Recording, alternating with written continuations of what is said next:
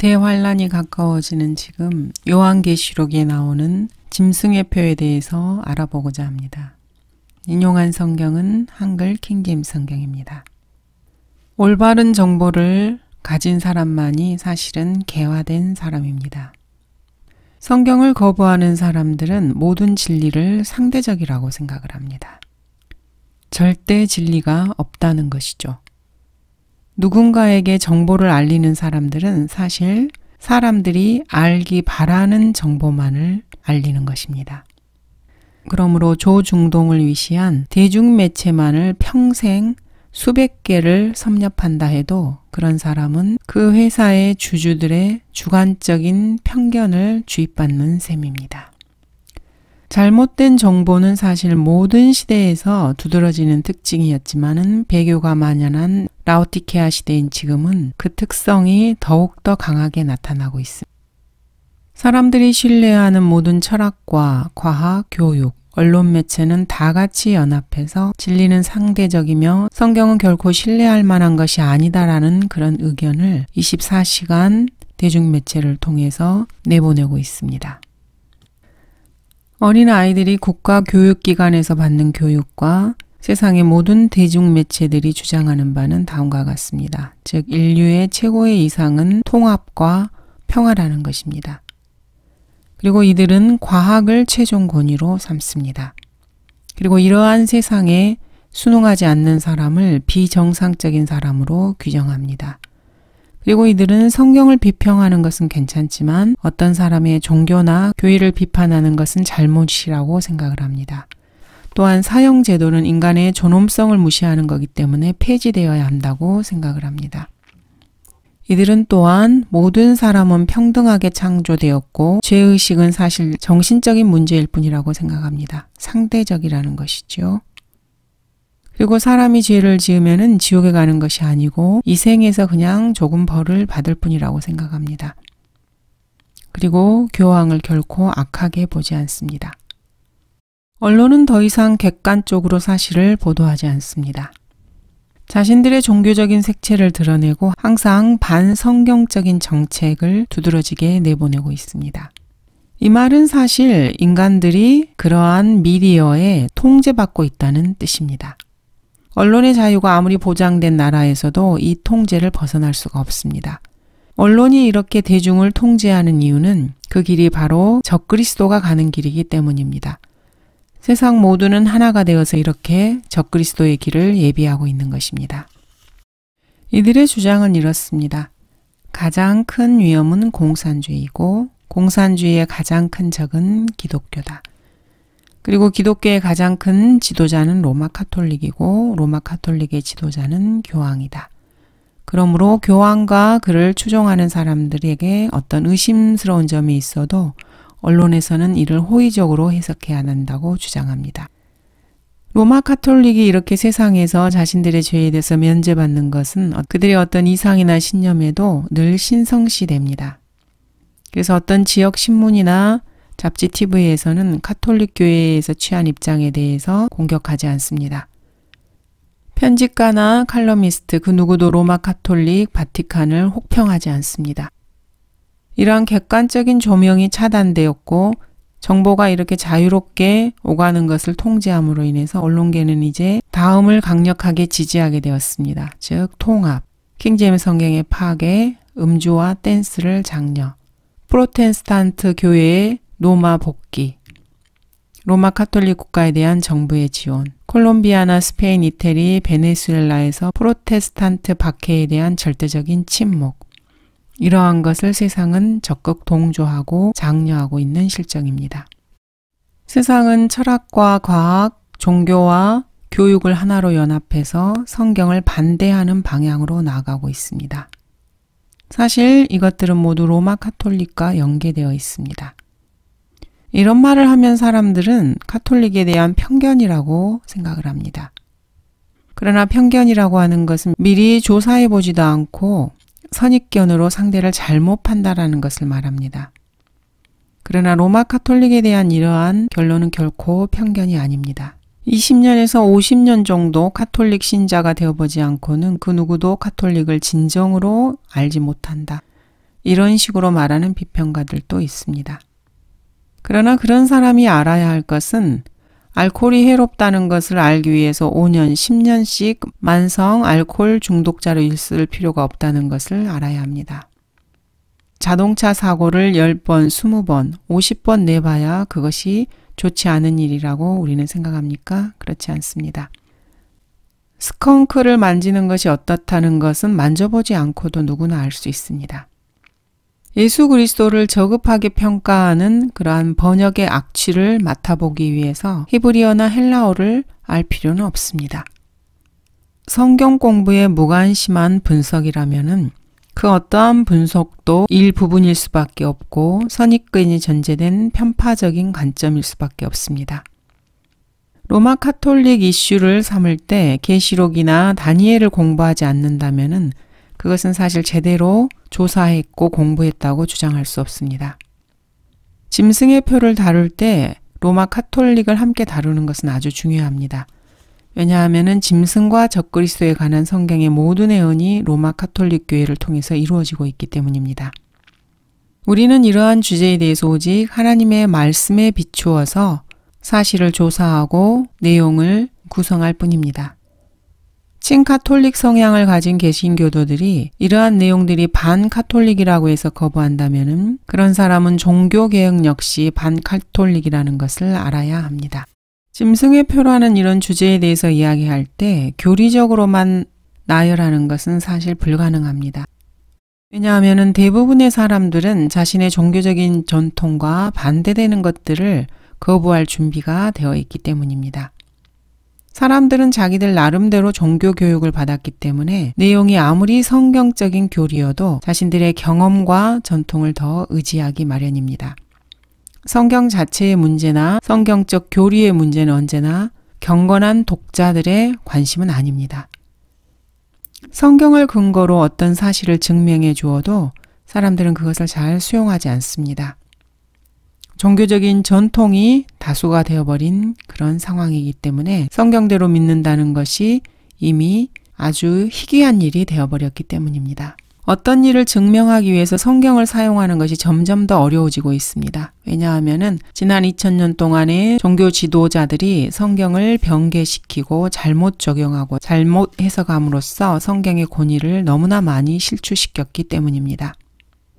그러므로 생각이 비뚤어진 사람들은 바른 성경과 바른 성경 해석으로 나아가기 위해서는 먼저 이 불법의 신비를 알아볼 필요가 있습니다.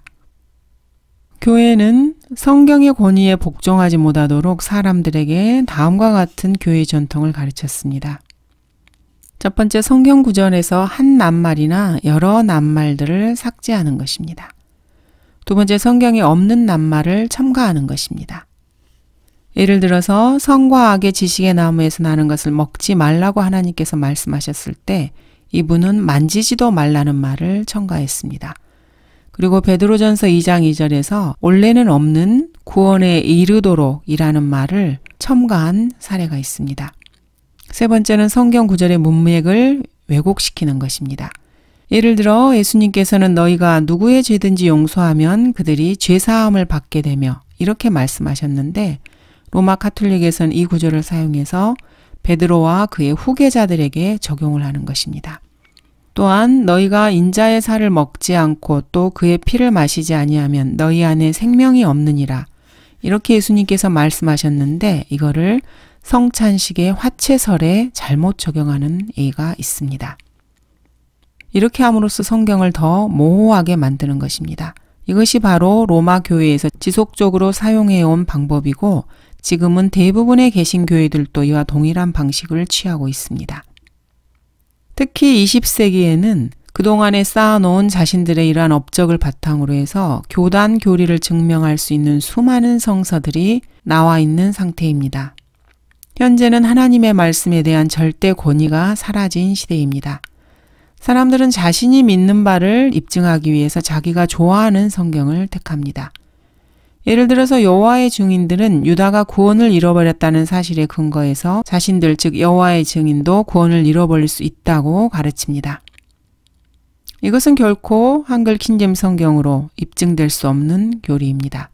왜냐하면 킹제임스 성경에 따르면 유다는 처음부터 마귀였다고 말씀하고 있기 때문입니다. 또 이 여호와의 증인에서는 삼위일체라는 교리를 가리기 위해서 요한일서 5장 7절을 삭제하고 6절 후반부와 7절을 묶어 놓았습니다. 이는 하늘에서 증거하시는 이가 세 분이시니 아버지와 말씀과 성령이시요 이 세 분은 하나이시니라. 이것은 신구약 전체에서 하나님의 삼위일체를 가장 잘 설명하는 구절입니다. 여호와의 증인들이 이 구절을 그냥 놔둘 리가 없지요. 이렇게 현대 우리가 살아가고 있는 이 시대에는 수많은 번역본들이 자기 나름의 사사로운 해석을 취하기 위해서 시장에 지금 나와 있는 상태입니다. 성경 구절을 삭제하거나 첨가하지 않고도 자기들이 원하는 성경을 만들어내는 것입니다. 어거스틴의 성경 해석 입장을 취하는 사람들은 예수 그리스도의 왕국이 이 땅에 세워지는 것이 아니고 영적인 것이라고 주장을 합니다. 그리고 자신들이 펴낸 성서로 이것을 입증하고 있습니다. 요한복음 18장 36절에서는 그러나 지금은 나의 왕국이 여기에 속한 것이 아니니라고 되어 있습니다. 그래서 그들은 여기서 지금을 삭제시켜버리는 것입니다. 예수님의 초림 때에는 그분의 왕국이 이 땅에 세워지지 않을 것이지만 앞으로 재림 때에는 이 땅에 세워질 것이라는 사실을 말씀하시는 본문을 단 한 구절을 삭제시킴으로써 바꿔버리는 것입니다. 지금은이라는 단어를 삭제함으로써 이 땅에 세워지는 예수 그리스도의 왕국에 관한 진리를 감춰버리는 것입니다. 이것은 이스라엘의 일부가 완고하게 된 것이라고 말씀하시는 로마서 11장 25절을 다룰 때도 마찬가지입니다. 일부가라는 말을 삭제함으로써 하나님께서 이스라엘을 완전히 버리셨다고 주장하는 것입니다. 그렇게 함으로써 이스라엘 왕국을 회복시키겠다고 하는 구약의 예언을 완전히 망가뜨려 버리는 것입니다. 그렇게 해서 확대 역본에서는 데살로니가전서 2장 16절에서 하나님이 유대인과 아주 영원히 완전히 단절되어 버렸다고 이렇게 번역하기까지 하게 됩니다. 사람들은 킹제임스 성경을 버리고 자신들의 죄가 관대하게 묵인되는 자신들만의 성경을 만들게 됩니다. 이러한 관행은 여호와의 증인뿐 아니라 다방면에서 일어나고 있는 일입니다. 오늘날에는 성경대로 믿는 사람들을 반대하는 두 부류가 있습니다. 첫 번째는 킹제임스 성경이 자기들 교회의 전통에 맞지 않기 때문에 성경을 고쳐야 한다고 주장하는 설교자들과 성경 교사들이 있습니다. 그리고 보다 정확한 번역을 위한다는 구실 아래 하나님의 말씀을 파괴합니다. 그렇게 해서 일반 성도들이 어떤 성경을 신뢰해야 할지 알지 못하게 만들어버리는 것입니다. 그리스도인이라면 이러한 사람들이 변개시킨 그 성경의 원래 말씀하는 바가 무엇인지 분명하게 알 필요가 있습니다. 하나님의 말씀의 권위를 더 이상 중요치 않게 여김으로써 하나님의 말씀의 권위를 파괴해버리는 이런 사람들과 교회들에 대해서 그리스도인들은 철저하게 잘 알아야 합니다. 그렇지 않으면 여기서 지금 다루려고 하는 짐승의 표에 대한 어떠한 설명이나 권위도 받아들일 수 없게 되기 때문입니다. 하나님의 말씀의 권위에 복종하지 않는 한 성경적인 어떠한 주제에 대해서도 그런 사람들은 진리를 결코 발견할 수가 없습니다. 바울 시대에도 성경을 변개시키는 사람들은 있었습니다. 우리는 하나님의 말씀을 변개시킴으로써 이익을 취하는 여러 사람들과 같지 아니하고 그리스도께서 초림하시기 이전에 서기관들의 타락한 모습은 외경의 기록에서도 잘 나타납니다. 예수님께서 그리하여 땅에 쏟아진 의로운 모든 피가 너희 위로 돌아오리니 의인 아벨의 피로부터 너희들이 성전과 제단 사이에서 죽인 바라키아의 아들 사카리아의 피까지라고 주님께서는 말씀하셨습니다. 여기서 예수님께서는 구약 정경의 범위를 창세기에서 역대기 하까지로 정하셨습니다. 아벨의 피는 창세기에서 흘려졌고 사카리아 피는 역대하에서 흘려졌습니다. 역대기하 24장입니다. 그때 하나님의 영이 제사장 여호야다의 아들 스카랴에게 임하시니 그가 백성 위에 서서 그들에게 말하기를 하나님이 이같이 말하노라. 어찌하여 너희가 주의 계명들을 어기어 번영하지 못하느냐. 너희가 주를 버렸으므로 그도 너희를 버렸느니나 하나. 무리가 그를 치기로 합력하고 왕의 명령으로 주회전 뜰에서 그를 돌로 치니라. 하나님께서 히브리인에게 주시고 히브리인에게 기록하게 하신 성경은 창세기에서 시작하여서 역대하로 끝나게 됩니다. 히브리 성경은 세 부분으로 되어 있습니다. 첫 번째 율법서, 선지서, 시가서입니다. 이것을 토라, 나빔, 케투빔이라고 합니다. 이것은 사실 오늘날 성경 순서와는 다릅니다. 오늘날은 구약 율법서의 처음 부분에는 아벨이 죽은 기록을 담은 창세기가 있고 시가서의 마지막에는 사카랴가 죽은 기록이 있는 역대기 하가 있습니다. 히브리 성경에서는 다니엘이 시가서에 포함되고 여호수아는 선지서에 있습니다. 시가서는 예수님께서 설명하신 대로 시편부터 시작을 합니다. 이렇게 예수님께서는 정경의 범위와 구분을 확고하게 해놓으셨습니다. 사람의 해석이나 전통에 의하지 않고서도 그리스도인이라면은 첫 번째 근본 사항을 잘 알 수 있습니다. 구약은 창세기에서 시작하여 역대기 하에서 끝난다는 것입니다. 그리고 구약이 세 부분으로 나뉘어져 있다는 것입니다. 성경의 영감을 조금이라도 인정하는 유대인이라면은 이것이 적합한 구분이라는 것을 압니다. 자, 그런데 말라키가 기록된 이후 400년의 침묵이 있었던 사이에 누군가가 몇 권의 책을 더 썼습니다. 여기에는 토빗, 유딧, 벨과 용, 에스드라 상하, 솔로몬의 지혜, 새 아이의 노래, 부에스터서, 수산나의 역사, 바룩, 므낫세의 기도, 집회서, 마카비 상하 등이 있습니다. 즉 외경입니다. 예수 그리스도께서는 이러한 외경 중에 단 하나도 인정하지 않으셨습니다.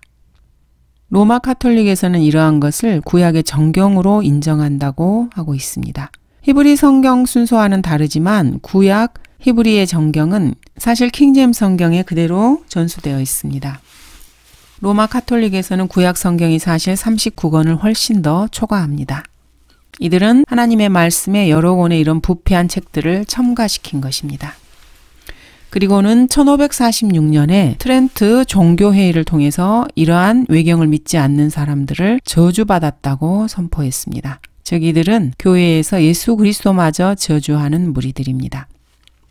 오늘날 대부분의 성경학자들은 네슬이나 웨스트코트, 홀트의 원문을 최고로 인정합니다. 하지만 이들의 정경으로 포함하는 곳에는 외경을 담고 있습니다. 예수님께서 인정하신 성경 범위를 넘어서는 것입니다.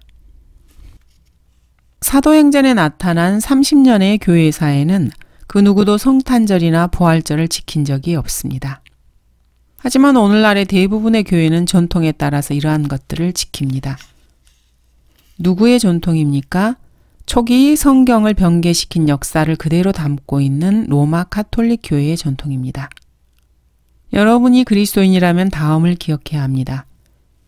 로마 카톨릭 교회는 예수 그리스도의 권위를 인정하지 않으며 자기 자신을 예수님과 동등한 위치에 두고 있습니다. 동등한 권위를 스스로에게 부여하는 것입니다. 또한 로마 카톨릭은 비과학적인 미신에 맹목적으로 집착하고 있습니다. 그래서 사실과 증거를 제멋대로 무시합니다. 세 번째는 이러한 로마 카톨릭을 맹목적으로 따르는 사람들은 예수 그리스도께서 가지고 계셨던 자료와 지식을 연구하지 않는 바보입니다. 성경적 기독교 신앙의 쇠퇴를 공부할 때 이러한 변개가 언제 어디에서 시작되었는지를 알아야 합니다. 그리스도께서 살고 계셨던 시대와 바울의 시대에도 이미 하나님의 말씀을 변개시키는 자들이 활동하고 있었습니다. 하나님의 말씀 위에 전통을 올려놓는 일단의 종교 지도자들이 있었습니다. 이들은 예수님과 바울이 결코 인정하지 않은 것들을 구약 정경에 끼워 넣은 자들입니다. 계시록 17장과 18장을 보도록 하겠습니다. 거기에는 한 도성, 시티가 나옵니다. 이것은 도성이라고 언급되어 있습니다. 도성이라고 언급되어 있으면 도성이 맞습니다. 그런데 학자들이라는 사람들은 이것이 무엇을 의미하는가, 무엇을 상징하는가 이런 식으로 생각을 하고 싶어 합니다. 그래서 이런 우둔한 학자들에게는 이것이 어려운 교리로 되어버립니다. 자기 자신의 지식에 함몰되어서 하나님께서 주시는 온전한 계시를 잃어버리는 사람들입니다. 계시록 17장 18절에서 도성은 여자로 상징되고 있습니다. 내가 본 그 여자는 땅의 왕들을 다스리는 큰 도성이라. 도성이 여자와 동일시되고 있는 것입니다. 여자와 도성이 모두 한 구절 안에 있습니다. 그래서 이것을 확인하는 데는 별 어려움이 없습니다. 하지만 사람들은 자신의 종교적 편견으로 인해서 이러한 것을 인정하지 않습니다. 교육을 많이 받았다고 하는 사람들에게서 나타나는 현상입니다. 그래서 사람들은 성경은 이해할 수 없는 책이라고 생각하고 교회만이 그것을 해석할 수 있다고 가르침을 받습니다. 하지만 성경을 있는 그대로 공부하면 이러한 결론에 도달할 수 있습니다. 계시록 17장 1, 3절에 나오는 여자는 도성이다. 그리고 이 도성은 7산 위에 세워져 있고 자주색과 주홍색으로 묘사되며 상징은 금잔이다. 그리고 순교자들과 성도들을 죽였으며 이 도성에는 정치적 권세가 있다. 이 도성은 술에 취했고 상업적이며 부유하고 교만하고 신비스럽고 하나님께 저주받은 도성이다. 자, 그렇다면 이 도성이 어떤 도성이겠습니까? 성경대로 믿는 복음 전파자가 당신은 죄인입니다. 이렇게 누군가에게 복음을 전하기 시작하면은 그렇죠. 모든 사람은 죄인이에요. 죄를 한 번도 짓지 않는 사람이 있나요? 이런 식으로 그 말을 일반화시켜 버립니다. 그러면 아니 당신이 바로 죄인이란 말입니다. 이렇게 말하면은 그래요. 내가 죄인이에요. 이렇게 대답하는 것이 맞습니다. 사람들은 밤에 예수님을 찾아온 니코데모처럼 다른 사람들과 관련된 추상적인 것에만 관심을 갖습니다. 니코데모는 어떻게 내가 거듭날 수 있습니까? 이렇게 물어본 것이 아니고 사람이 어떻게 거듭날 수 있나이까? 이렇게 물어봤습니다. 계시록에 나오는 도성이 어떤 것인지 우리는 알 수 있습니다. 그것을 LA나 파리, 런던이라고 생각해서는 안 됩니다. 성경을 아는 사람이라면 말입니다. 계시록 17, 18장에 나오는 도성은 누구든지 문맥을 보면 다 알아볼 수 있습니다. 그래서 계시록의 이 부분은 학자들에 따르면 당연히 고쳐져야 하는 부분입니다. 성경의 권위를 부정하고 자신들이 원하는 대로 사람들을 이끌어내는 사람들에게는 이런 식의 전략이 있습니다. 첫 번째는 그 책의 저자를 의심하게 만드는 것입니다. 그래서 이들은 성경의 정경성에 대해서 사람들이 확신을 갖는 것을 싫어합니다. 예를 들어서 유세비우스는 요한계시록을 사도 요한이 아니라 알려지지 않은 어떤 다른 장로 요한이 기록했다고 말을 합니다. 이것은 성경을 읽는 사람들의 마음을 빼앗기 위해서 사탄이 고안해낸 방법입니다. 현대 신학자들이 그런데 이러한 견해를 지지하는 것입니다. 두 번째는 이 책의 기록 연대를 의심하게 만드는 것입니다. 기록 연대를 의심하게 하는 것은 성경의 예언을 모두 무효화시키기 위해서입니다. 사건이 이미 일어난 뒤에 예언서가 기록되었다고 하면은 거기에 기록된 예언은 참다운 예언이 될 수가 없습니다.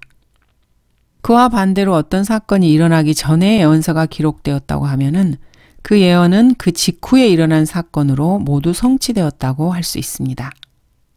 요한계시록이 바로 그런 책입니다. 그 사건이 일어나기 전에 기록된 책인 것입니다. 계시록은 AD 70년 네로 황제가 통치 기간 중에 기록된 책입니다. 그러면은 요한계시록의 모든 사건들은 네로의 치하에서 그리스도인들이 박해당하는 것으로 적용이 됩니다. 그렇게 해서 계시록의 모든 예언들이 사돈 시대에 이미 이루어졌다고 주장을 하는 것입니다. 그래서 미래에 적용되는 적그리스도에 대한 예언은 없다고 말을 합니다. 사도 요한은 AD 90년경에 도미티안 황제 때에 유배를 당했습니다. 그리고 거기서 계시록을 기록했습니다. 그러므로 이러한 예언들은 과거와는 전혀 관계가 없고 여전히 미래에 속한 예언이 되는 것입니다. 세 번째로 이들의 전략은 헬라어 원본을 주장하는 것입니다. 이는 사람들이 성경을 파괴하는 방법 중에서 가장 용이 주도한 방법입니다. 대부분의 사람들은 이 방법에 속아 넘어가게 됩니다. 헬라어 원본을 들이대고 원본에는 이렇게 되어 있다. 이렇게 말하면은 성경의 진리와 상반되는 주장이어도 원본이라는 그 말에 그냥 끌려가게 됩니다. 하지만 이것은 최초의 원본도 아니고 성경대로 믿는 사람들이 사용하고 보존했던 헬라어 사본도 아닙니다. 이 사람들이 말하는 원본이라는 것은 그냥 최초의 원본에 가장 가깝다고 자신들이 생각하는 바티칸 사본과 신의 사본을 근거로 된 넷을 원문인 것입니다. 이들은 에라스무스가 헬라어 원문을 편수할 때 사본을 보지도 않고 아무렇게나 끝부분을 첨가했다. 이렇게 거짓말을 해서 결과적으로 그 누구도 계시록을 진지하게 공부하지 못하게 만들어버립니다.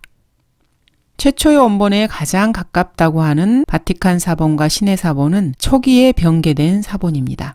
따라서 이러한 사본들을 근거로 넷을 원물이 만들어졌다는 것은 그냥 변개된 사본이라는 뜻입니다. 이들이 이렇게 하는 것은 올바른 원문인 표준 원문에 들어있는 계시록의 내용이 자신들이 받아들여질 수 없는, 자신들에게는 믿기 어려운 내용이기 때문입니다. 계시록뿐만 아니고 히브리서, 유다서, 베드로 후서 등 그들에게 반대되는 내용에 대해서는 이들은 항상 가장 권위 있다고 자신들이 주장하는 헬라어 바티칸 사본을 주장합니다. 하지만 거기에는 히브리서 10장이 생략되어 있습니다. 왜냐하면 그들의 관점에서 히브리서 10장은 비성경적이라고 생각이 되기 때문입니다. 이들이 쓰는 네 번째 방식은 번역본을 지속적으로 만들어내는 것입니다. 여러 번역본을 만들어서 번역본들이 모두가 다 완전하진 않지만 모두가 다 하나님의 말씀이라고 사람들이 믿게 하는 것입니다. 이런 번역본들은 각 구절에선 서로가 모순되지만은 사람들은 그 모순된 구절들에서 아무런 의문도 제기하지도 않습니다. 이렇게 해서 예언을 연구하는 성경 학도들에게 혼란을 가중시키고 결국은 예언 연구를 포기하게 만드는 것입니다. 사람들은 킹제임스 성경과 다른 번역본들 간의 차이를 별로 느끼지 못합니다. 안개에 가려져 있습니다. 성경 개정자들은 자신들이 좋아하지 않는 구절들을 제거합니다. 이렇게 해서 사람들은 보존된 성경과 변개된 성경의 차이를 알 수 없게 되고 사탄은 예언과 관련해서 진리를 효과적으로 가리게 됩니다. RSV나 ASV, NIV, NASV 역시 전부 다 올바른 성경의 맥을 잇는 성서들이 아닙니다. 이것들은 모두가 다 바티칸 사본과 신의 사본을 근거로 번역된 성서들입니다. 이 성서들은 성경의 예언이 있는 곳을 가려버리는 성경의 진리를 왜곡시키는 사본들입니다. 사탄은 참으로 성경의 예언을 가리기 위해서 효과적으로 작업을 수행해 왔습니다. 요한계시록 17장, 18장을 본문 그대로 보면은 그 도성이 무엇인지 아주 쉽게 알 수 있습니다. 그러나 이러한 학자들의 작업을 통해서 그 도성이 무엇인지 알 수 없게 희미해지는 것입니다. 결국에 모든 문제는 믿음과 실행의 최종 권위의 문제에 있습니다. 그리스도인들이 보존된 하나님의 말씀을 온전한 마음으로 믿는다면은 하나님께서 성경에서 계시하신 그분의 진리들을 온전히 이해할 수 있습니다. 그러나 보존된 말씀을 온전히 믿지 않는다면은 아무리 많은 성경 구절들을 들어서 진리를 설명하고 예언을 풀어주어도 듣는 사람은 자기 생각에 사로잡혀서 아무것도 받아들이지 못합니다. 그러므로 우리가 짐승의 표라는 주제를 다룰 때에도 올바른 성경을 온전히 믿는 올바른 성경적 신앙에 대해서 강조하는 것은 결코 지나친 일이 아닙니다. 여러분의 성경은 아마 먼지가 묻어 있을 수도 있고 아니면 손때가 묻어 있을 수도 있고 아니면 성경이 없을 수도 있습니다. 성경은 구약 36권, 신약 27권, 전체 66권으로 이루어져 있습니다. 66번째 책인 요한계시록은 예수 그리스도에 관한 계시라 이렇게 시작을 해서 아멘으로 끝나는 책입니다. 여기에는 짐승의 표가 무엇인지 그것을 폭로하고 있습니다. 현대는 성경적 기독교 신앙이 쇠퇴하고 있는 시대입니다. 하나님께서 보존하신 말씀이 교회의 전통이나 자신의 생각과 일치하지 않는다고 성경을 고치고 또 믿지 않는 사람들이 허다합니다. 거기에는 여러분도 아마 포함되어 있을지도 모릅니다. 그렇다면은 여러분의 이름이 거기에 포함되어 있다면 이번을 계기로 해서 여러분의 이름을 거기서 제거하시기 바랍니다. 여러분의 이름이 그러한 부류에 속해 있는 한 짐승의 표에 대한 어떠한 성경 구절이나 연구도 별 의미가 없을 것이기 때문입니다.